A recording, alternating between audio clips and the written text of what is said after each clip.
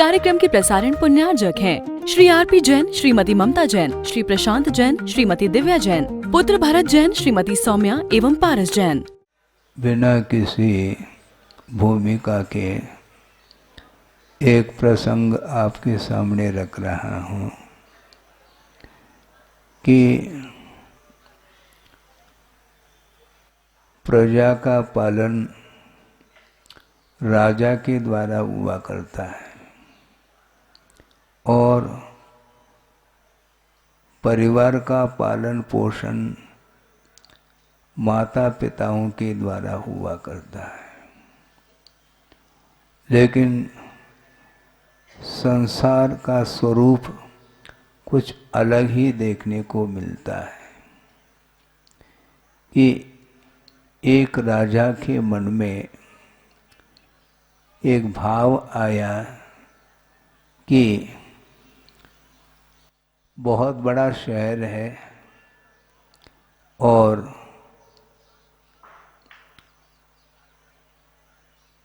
वर्षा काल में दूर दूर से बारिश होने के कारण नदी में बाढ़ आया करती है, इसलिए सुरक्षा के दृष्टि से पुल बनाने का भाव उसके मन में आता है, राजा के मन में। क्योंकि पुराना पुल जो था वह टूटा हुआ था, इसलिए नए सिरे से पुल का निर्माण करने का मन हुआ। लेकिन समस्या ये है, पुल बनाने के लिए बड़े बड़े इंजीनियर बुलाए गए, आर्किटेक्ट आदि जो भी व्यवस्था है, और उसके साथ साथ उस बड़े पुल के निर्माण के लिए अच्छे से अच्छे क्या मटेरियल जिसको बोलते हैं, हाई क्वालिटी का सीमेंट है, लोहा है, आदि आदि, यह सब संयोजना वह राजा कर रहा है और पुल बनना प्रारंभ हो जाता है। और पुल बन करके एकदम थोड़ी तैयार हो जाता है, समय तो लगता है, कई साल लग जाते हैं बड़े कार्यों के लिए। और अच्छे ढंग से पुल का निर्माण कर लिया, लेकिन क्या है, कुछ ही दिन हुआ नहीं और पूरा का पूरा वह पुल टूट जाता है। अब राजा के मन में बहुत ऊहापोह चल रहा है कि करोड़ों नहीं अरबों की संपदा जिसमें व्यय की गई है और इसके उपरांत भी इस प्रकार की घटना घट रही है, और वह एक बार नहीं हुआ, दोबारा फिर से पुल बनाना प्रारंभ कर दिया और आधा अधूरा बना नहीं और पुनः वह ढह गया। इस प्रकार जब 2-3 बार जब हुआ तो उन्होंने सोचा पुल तो बनाना है, चाहे कुछ भी हो जाए। उन्होंने एक ज्योतिषज्ञ को बुलाया और इसके बारे में विचार विमर्श करने के लिए आखिर ऐसा क्यों हो रहा है। तो उन्होंने ही कहा, ज्योतिषज्ञ ने, निमित्त ज्ञानी ने, कि देखो सब कुछ तुमने किया है, लेकिन एक कार्य तुम्हारे द्वारा रह गया है। वह ये है कि यहाँ पर इर्द गिर्द जो नदी बह रही है वहाँ पर एक देवी है और वह बलि चाहती है, और उसकी पूर्ति जब तक नहीं होगी तब तक ये पुल बन नहीं पाएगा, ये ध्यान रखो। अब समस्या हो गई, करोड़ों अरबों रुपए व्यय करना फिर भी ठीक है, लेकिन इसकी पूर्ति कैसे करेंगे अब। और उन्होंने सोचा कि अब पूरे राज में ऐलान कर लिया कि एक बालक की आवश्यकता है, लेकिन आसानी से बालक थोड़ी मिलने वाला है। तो उन्होंने एक स्कीम मन में, और उन्होंने ये सोचा कि इसके लिए बालक को लेना है, कौन सा परिवार तैयार हो पाएगा? कोई भी तैयार नहीं हो पाएगा तो तय है। लेकिन उन्होंने सोचा कि ये संभव है, आसानी से हो जाएगा। क्या तरकीब ये है, उन्होंने एक स्वर्णमय बालक का एक पुतला बना करके और उसको रथ पर बिठा करके पूरी नगर की परिक्रमा कराई, और ये ऐलान कर दिया कि जितना इसमें स्वर्ण लगा है और ये स्वर्ण का बालक है, जिसको चाहें उसको हम दे सकते हैं, इसके बदले में एक बालक को देना चाहिए। तो एक छोटा गरीब परिवार था, उसने सोचा कि जिंदगी भर हमने यूं ही निकाल दिया, गरीबी दूर नहीं हो पा रही है और संपन्नता है ही नहीं, तो ऐसी स्थिति में एक बालक को दे दिया जाए और वह स्वर्णमय बालक हमारे लिए मिल जाएगा। यह प्रलोभन आया उसके अंदर, और उसने विचार किया और अपनी पत्नी के सामने भी इस विचार को रखा। तो पत्नी के मन में भी लोभ जागृत हुआ और उन्होंने दोनों ने सोचा कि ये बिल्कुल ठीक है, और तैयारी होने लगी। और छोटा जो बालक है उसके कान में भी ये बात आ गई। उसने सोचा अब क्या होगा, और एक दिन समय आया और माँ ने कहा कि देखो गरीबी है, खाना पीना तुम्हें कुछ मिलता नहीं समय पर, न कपड़े लत्ते मिलते हैं, इसलिए बेटा ऐसा कर लो, तुम राजा के पास रहो और राज दरबार में अच्छे ढंग से तुम्हारा पालन पोषण हो जाएगा, अच्छा भोजन मिलेगा और उसके माध्यम से तुम सुख से जी सकोगे। इस प्रकार उस बच्चे को माँ समझा रही है। इसके बाद फिर पिताजी भी समझाते हैं कि देखो बेटा, तुम तो देख रहे हो 3-4 और बेटे हैं और उनका पालन पोषण भी करना है, समस्या हमारे सामने है, तुम्हें क्या कमाना हमें पड़ता है, इसलिए माँ ने जो समझाया है उसका अनुकरण कर ले। हाँ, इस प्रकार दोनों ने समझाया तो बालक के आंखों में अब आंसू हैं। समझा रहे हैं राजा के पास जाकर के जीवन यापन करने के लिए, किंतु वस्तुतः वहाँ पर जीवन मिलना नहीं, अब तो सामने मृत्यु खड़ी है। और उसने सोचा अब ज़्यादा सोचने से कुछ नहीं होने वाला, जब इन लोगों ने ठान लिया है, अब जो होगा हमारे भाग्य में जो लिखा हुआ होगा वही होके रहेगा, और क्या। होनहार टालने से टल नहीं पाता। उसने सोचा अब ठीक है चलते हैं, और राजा के पास उसको ले गए। तो राजा ने और क्या कहेगा उसको, जो विचार मन में था वो विचार तो हमेशा उसके मन में चल रहा है, और वह बालक अचानक वह प्रसन्न मुद्रा में है। यहाँ तक कि उसको इतनी प्रसन्नता लग रही है कि चेहरे पर मुस्कान है। तो राजा ने पूछा, क्यों बेटा चेहरे पर मुस्कान क्यों है? मुस्कान इसलिए है, हम अपने संसार के स्वरूप को देख करके मुझे पहला खेद भी हुआ, फिर बाद में प्रसन्नता इसलिए हो रही है क्योंकि हमने अज्ञान दशा में जो किया कर्म है और उसको किसी के सामने रोने से वह कर्म थोड़ी पीछे हटने वाला है।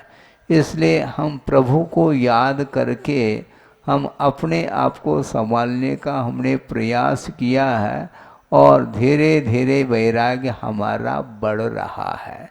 इसलिए वैराग्य के कारण हमें प्रसन्नता आ रही है कि संसार से हमें पार होना है और पार होने के पूर्व में जो कुछ भी हमारे साथ घटना घटेगी वह अपने किए हुए कर्मों के कारण है। इस प्रकार मैं सोच रहा हूँ। इसके उपरांत भी राजा के ऊपर कोई भी असर नहीं पड़ता क्योंकि पुल बनाना है और उसने कर्मचारियों को बोल दिया, अब इस बालक को नदी किनारे ले जाओ और जो कार्य करना है उसको पूर्ण कर लो, तभी यह पुल बनने वाला है। तो सारे सारे उसको रथ में बिठा करके और अच्छे जो है वस्त्र आदि पहनाए गए हैं और उसको नगर परिक्रमा करके और नदी के पास ले गए हैं और बलि चढ़ाने का अवसर मुहूर्त के अनुरूप वह अवसर आया है, समय आया है। किंतु उसी समय उस बालक ने सोचा, हमारे लिए इस संसार में कोई शरण लेने योग्य व्यक्ति नहीं है। क्योंकि एक कारिका आती है, आगम में पढ़ने को मिलती है कि उपघ्रातस्य घोरेण मृत्यु व्याघ्रेण देहिन देवापि न जायन्ते शरणम क्यों मानवाः। उपघ्रातस्य घोरेण मृत्यु व्याघ्रेण देहिन, मृत्यु रूपी व्याघ्र जो भयंकर रूप लेकर के आया है उसके द्वारा जो कवलित हुआ है, उसके लिए जब देव ही शरण नहीं है तो मानव के शरण लेने से क्या प्रयोजन है? कौन मुझे बचाने वाला है? बचा नहीं सकता। इस प्रकार अटूट श्रद्धान हो गया है और वहाँ पर पहुँच गया है और ऐसा वातावरण हो जाता है, आपको देख करके आश्चर्य लगेगा और आकाशवाणी हो जाती है और एक देवता प्रसन्न हो जाते हैं और उन्होंने कहा, क्या कहा? राजन अब निश्चिंत रहो, तुम्हारा पुल बन करके रहेगा, कोई व्यवधान नहीं होगा क्योंकि अब बलि की कोई आवश्यकता नहीं है। और तुरंत राजा को ऐसा लगा कि देखो इस बालक ने ऐसी कौन सी जादू कर ली कि देवता प्रसन्न हो गए और उनके लिए बलि की कोई आवश्यकता नहीं पड़ी। तो राजा के आंखों में भी आंसू निकलने लगे और वह सोचता है, बेटा अब कोई चिंता नहीं करो। और इतने में जब परिवार लोगों को भी मालूम पड़ा तो परिवार लोग भी आ गए वहाँ पर बालक के पास और उसको उठाने का प्रयास कर रहे हैं और सब माता और पिता रो रहे हैं कि बेटा अब नहीं जाना हमें छोड़ करके। तो बेटा क्या कहता है, कौन छोड़ करके जा रहा, और मैं छोड़ करके भी चला भी जाऊं तो मेरे साथ आने वाला कौन है। क्योंकि स्वार्थी दुनिया है, पूरा संसारी स्वार्थमय है। जिस समय स्वर्ण के प्रलोभन में आकर के माता पिता बालक की उन्होंने चिंता नहीं करी, अब जैसे हमारा जीवन सुरक्षित होने को है और मालूम पड़ गया, तो अब दोनों आकर के विनती कर रहे हैं हाथ जोड़ करके बालक के सामने, अब चल बेटा। वो कहता बेटा बेटा अब नहीं जाएगा, न तुम्हारा बेटा है न कोई और है। समझ में आ गया। हाँ, छोटा सा बिना भूमिका के हमने आपके सामने प्रसंग रखा है। संसार का स्वरूप देखो, विचार करो, और वह पुल निराबाद रूप से वह पुल बन करके खड़ा हो जाता है। लेकिन बालक वापिस नहीं गया। क्यों? वापिस जा करके करूं क्या? क्योंकि मेरे लिए कोई शरण नहीं दुनिया में, एकमात्र प्रभु शरण है। और प्रभु के चरणों में मैं आया हूँ, उनको अपने जीवन में अपने हृदय में बिठाऊंगा, और मुझे संसार से पार होना है। इस प्रकार माता पिताओं के माध्यम से मेरा कोई निर्वाह होने वाला नहीं है। केवल 4 दिन के लिए माता पिता रहते हैं, और वो भी अपने स्वार्थ को शुद्ध करने के लिए संतान का पालन पोषण करते हैं, और उनके दिमाग में हमेशा बात बनी रहती है, जब मैं वृद्ध हो जाऊंगा तो बेटा मेरे लिए मुख में पानी डालेगा, मेरी सेवा करेगा, वैयावृत्ति करेगा। इस प्रकार भाव को लेकर के वह पालन पोषण करते रहते हैं। निस्वार्थ भाव के साथ परिवार का विकास हो, धार्मिक संस्कार आए, इस प्रकार के उद्देश्य को लेकर के बहुत विरल ही लोग होते हैं जो संतान का पालन पोषण करते हैं।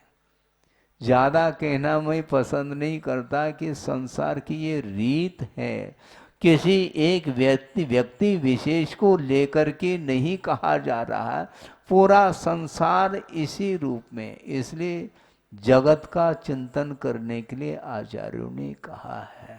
हाँ, जीवन पर किसी के ऊपर उपकार कर लो, फिर भी उसके अंदर कभी भी कृतज्ञता का भाव नहीं आता है। जीवन भर गुरु ने संभाला है, मान लो उपकार किया है, फिर भी वह संसारी प्राणी प्रभु को भी भूल देता है और गुरु को भी भूल जाता है। ये भूलने का स्वभाव है। क्यों भूलता है?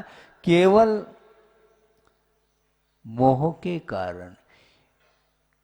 केंद्र में मोह है। मोह के अलावा बल्कि ये कहा है कि जो 8 कर्म हैं, उन सभी कर्मों में यदि कोई राजा है तो मोह है।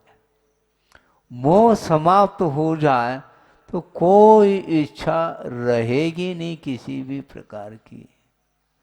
ये आहार संज्ञा, भय संज्ञा, वासना रूप संज्ञा, परिग्रह संज्ञा, ये चारों संज्ञाओं के माध्यम से संसारी प्राणी हमेशा त्रस्त है और उसकी पूर्ति होने वाली नहीं, ये गारंटी है। इसके बाद भी उसके विचार परिवर्तित नहीं होते हैं।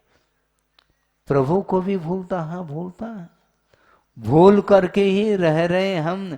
अन्यथा ये एक व्यक्ति को लेकर के नहीं कहा जा रहा, उसमें मैं भी शामिल हूँ, ये ध्यान रखो। मैं इसलिए कहता हूँ क्योंकि मेरा इतिहास भी अनंत काल इसी संसार में व्यतीत हुआ है।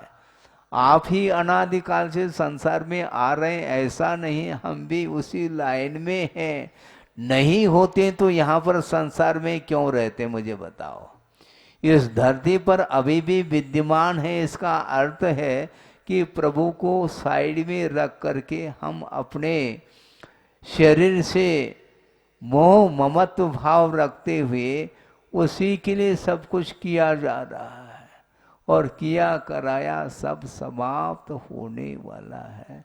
इसके उपरांत भी उसकी आंखें खुलती नहीं है, और इसमें आश्चर्य भी नहीं है, क्योंकि संस्कार अनंतकालीन है ना, उसको समाप्त करना खेल नहीं है। लगता है कि संस्कार मोहजन्य संस्कार दूर हो रहे हैं, किंतु सडनली किसी भी समय पुनः गाड़ी रिवर्स हो सकती है। इसलिए आचार्यों का ये बार बार कहना है, हमेशा अलर्ट रहना चाहिए। हाँ, थोड़े बहुत भी यदि मान लो असावधानी हो गई तो एक्सीडेंट निश्चित है, और यही हो रहा है, यही हो रहा है। इसलिए आप लोग दूर दूर से आए हैं, गौर झामर के भी आए हैं।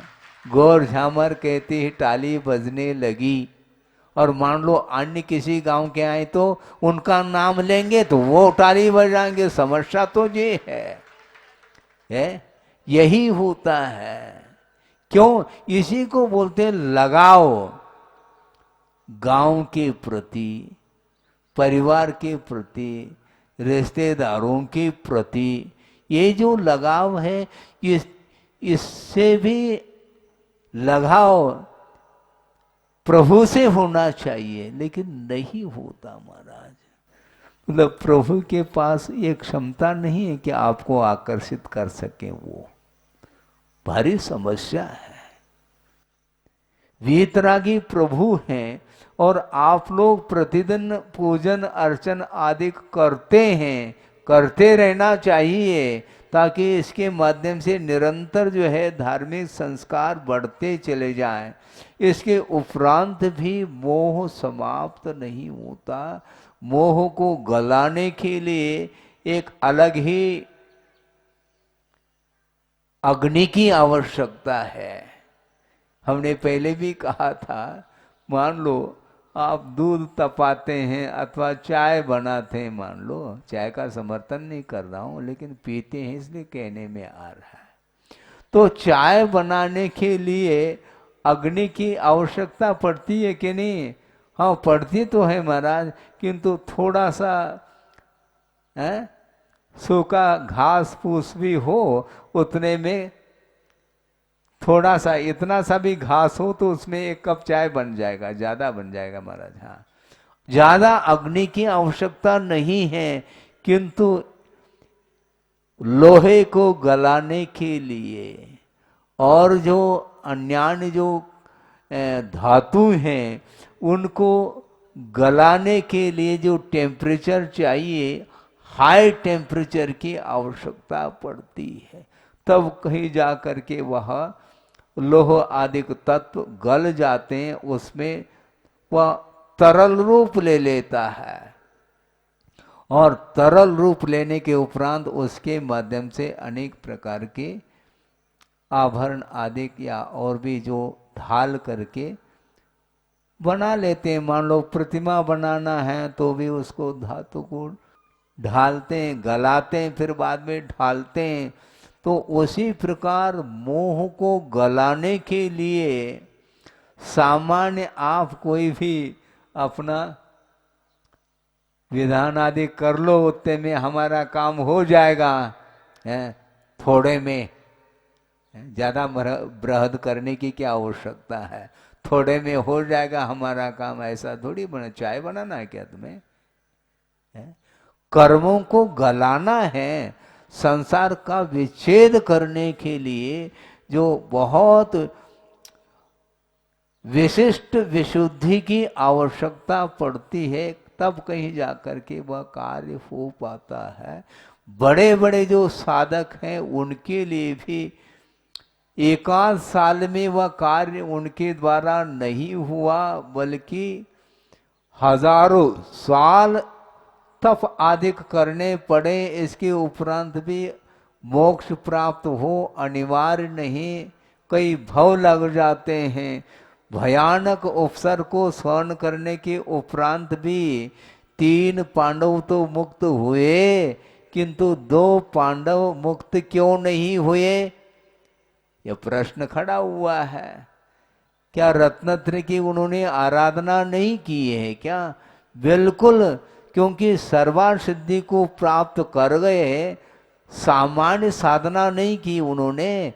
किंतु आचार्य कहते हैं मोक्ष प्राप्त करने के लिए एक और सीढ़ी चढ़ने की आवश्यकता थी और नहीं चढ़ पाए। क्षपक श्रेणी चढ़ जाते तो निश्चित रूप से उसी भव से उनको मोक्ष हो जाता, अंतर्मूर्त में ही केवल ज्ञान हो जाता, जिस प्रकार 3 पांडवों के लिए हुआ। तो इस प्रकार कहने का तात्पर्य ये है, कई भव निकल जाते हैं साधना करते करते, तब कहीं जाकर के उसमें सफलता मिलती है। इसलिए वर्तमान में यद्यपि विशेष सहनन आदि नहीं है, इसलिए जो कुछ भी मोक्ष मार्ग की सामग्री आप लोगों को मिली है, अपनी क्षमता के अनुरूप प्रभु की आराधना करो। पंच परमेष्टि की आराधना करने के लिए अवसर मिला है और धीरे धीरे धीरे 1.5 महीना रह गया, चातुर्मास खिसक रहा है। लेकिन केवल चातुर्मास ही खिसक नहीं रहा, जीवन भी खिसक रहा है, ये ध्यान रखो। ऐसा थोड़ी कि केवल चातुर्मास निष्ठापन हो जाएगा और हमारी उम्र ज्यों की त्यों बनी रहे, ऐसा थोड़ी। प्रतिपल जीवन भी खिसक रहा है, जिस प्रकार चातुर्मास खिसक रहा है। तो इसलिए हमारा इतना ही कहना है कि आप लोगों के लिए यह मनुष्य जीवन जो मिला है, ये पंच परमेष्टि की आराधना करने के लिए ये मनुष्य पर्याय, और उसमें भी जैन कुल मिला है। ये सबसे दुर्लभ वस्तु तो ये है। और एक एक दुर्लभता को, जो दुर्लभतम वस्तु हैं, उनको प्राप्त करने के बाद भी संसारी प्राणी की गति रिवर्स होती है। पीछे मुड़ करके देखता है संसारी प्राणी, अरे ये क्या है, कौन समझाए? कोई समझाने बुझाने वाला कोई है ही नहीं। अब तो आचार्य कहते हैं अपने आप को समझाओ, दूसरे को समझाना कम करो, क्योंकि मात्र समझाने से काम चलने वाला नहीं है। क्योंकि होनहार भी कोई वस्तु होती है। इसी को कहते हैं आचार्य उपादान कारण सदृशम कार्यम। अपने उपादान के अनुरूप ही कार्य होता है। भले ही उस कार्य को संपादित करने के लिए आलम्बन के रूप में, निमित्त के रूप में किसी को भी आप ले लें, अलग वस्तु, पंच परमेष्टि का आधार लिया जाता है। किंतु पेपर तो आप ही को लिखना है, वो लिख करके नहीं देंगे, ध्यान रखो। बहुत स्टिक है ये पेपर, इसमें नकल नहीं कर पाओगे। सब कुछ नकल कर सकते हैं, किंतु भावों का नकल करना खेल नहीं। हाँ, एक दूसरे का नकल करने के लिए बहुत होशियार है संसारी प्राणी, किंतु भावों का नकल करो, उसके माध्यम से नंबर मिलने वाले हैं। केवल चाल ढाल, बोल चाल इत्यादि के माध्यम से एक दूसरे का नकल करके हम दूसरे को प्रभावित करना चाहते हैं, तो इसके माध्यम से संसारी प्राणी प्रभावित नहीं होने वाला है। क्योंकि हम स्वयं ही प्रभु से प्रभावित नहीं हुए हैं, हम स्वयं ही गुरु से प्रभावित नहीं हुए हैं पूरी तरह से, तो दूसरे के ऊपर हम क्या प्रभाव डालने का प्रयास करें, संभव नहीं है। इसलिए इसका अंत नहीं, आगम बहुत लंबा चौड़ा है, श्रुत का पार नहीं है। इसलिए थोड़ा सा जीवन बचा है, थोड़ा कालम थो कह रहे हैं, बहुत अल्पकाल बचा है उसमें, और अपनी मति भी ठीक नहीं है। अपनी बुद्धि को समीचीन बनाने का पुरुषार्थ करो और उसके माध्यम से अपने जीवन को उन्नत बनाना चाहिए। तो उस समय राजा को बात समझ में आ गई, वस्तुतः हम स्वयं स्वार्थी ठहरे, क्योंकि राजा प्रजा का पालन करने वाला होता है। तो ऐसी स्थिति में वह इस चक्कर में क्यों आया, वो बलि देने के चक्कर में। जब उस बालक का तीव्र पुण्य का उदय आया तो उसके चरणों में नतमस्तक हुआ राजा, और माता पिता भी हो गए नतमस्तक। किंतु तुम्हारे नतमस्तक होने से अब हम प्रभु के शरण को छोड़ने वाले थोड़ा ही है, क्योंकि तुम बालक को छोड़ रहे हो। और प्रजा का पालन करने वाला राजा ही जब इस प्रकार उसके अंदर भाव आ जाते हैं, हाँ, रक्षक ही भक्षक बन गया कह रहे हैं महाराज, बिल्कुल ठीक है।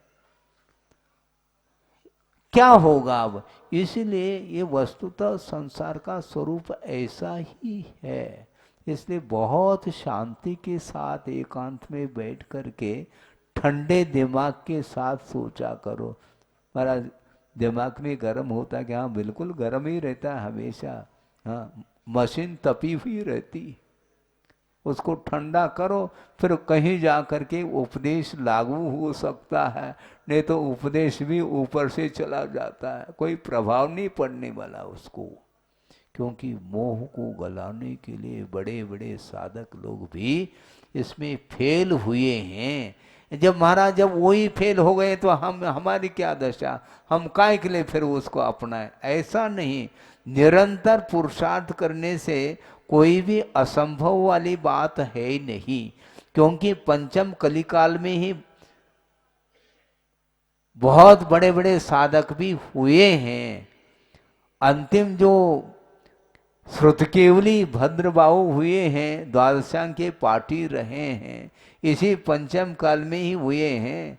उसके बाद कुंद कुंद जैसे महान आचार्य और हुए हैं और होते ही चले जा रहे हैं। और वर्तमान में अपने गुरुदेव अपने इसलिए कह रहा हूँ क्योंकि उन्होंने जो उपकार किया है उसको इसी भव में भूलेंगे तो अनर्थ हो जाएगा। इसका अर्थ ये नहीं कि अगले भव में भूल जाएं, भूलने की बात नहीं।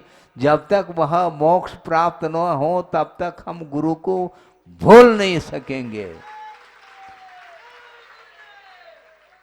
दुनिया भूल जाए हमें परवाह नहीं, किंतु मुझे तो नहीं भूलना है, क्योंकि संसार रूपी समुद्र से पार कराने वाले वही एक हैं।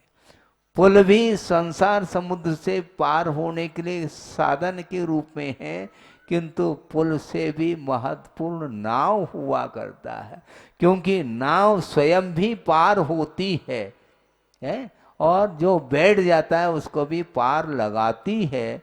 इसी प्रकार गुरुदेव स्वयं चलते हैं, स्वयं भव समुद्र से पार होते रहते हैं, और जो होना चाहता है उसके लिए भी हस्तावलंबन देते हैं। इस प्रकार गुरु को जब कभी भी मैं स्मरण करता हूँ कि कंठ अवरुद्ध होने को होगा, क्योंकि उन्होंने कल्याण कर लिया हम लोगों का और वो चले गए। अब भविष्य में हम लोगों का कल्याण किसके थ्रू होगा? तो आचार्य कहते हैं घबराओ नहीं, क्योंकि देव गुरु शास्त्र का आलम्बन चाहे प्रत्यक्ष में ले हो चाहे परोक्ष में ले हो, हाँ, उनका बार बार कहना है गुरु की उपस्थिति में जो साधना की जाती है वह सरल है, किंतु परोक्ष में भी गुरु सामने हैं। इस प्रकार गाढ़ श्रद्धा के साथ गुरु को और प्रभु को हृदय में बैठा करके जो साधना करता है उसकी साधना बहुत ऊंची साधना मानी जाएगी, क्योंकि सामने प्रभु भी नहीं और गुरु भी नहीं। किंतु आचार्य कहते हैं गुरु कहीं जाते नहीं, न प्रभु कहीं जाते हैं, इसी लोक में ही विद्यमान रहते हैं और अनंत सिद्ध परमेष्ठी इसी लोक में ही विराजमान है। वो अलौकाकाश में थोड़ी पहुँचे, वो जा भी नहीं सकते। तो ऐसी स्थिति में इसी लोक में वो विद्यमान हैं, कहीं भी रहें, किंतु हम उनका नामस्मरण यदि मान लो पवित्र परिणाम के साथ करते हैं तो निश्चित रूप से हमारा भी कल्याण होगा। हो इस पवित्र भावना के साथ। अहिंसा परमो धर्म की जय। बोधि समाधि परिणाम शुद्धि स्वात्मोपलब्धि शिव शोक शुद्धि चिंतामणिम चिंतित वस्तुदाने त्वा वंद मानस्य ममास्तु। परम पूजाचार्य गुरुवर श्री विद्यासागर जी मुनि महाराज की। इस कार्यक्रम के प्रसारण पुण्यार्जक हैं श्री आरपी जैन, श्रीमती ममता जैन, श्री प्रशांत जैन, श्रीमती दिव्या जैन, पुत्र भरत जैन, श्रीमती सौम्या एवं पारस जैन।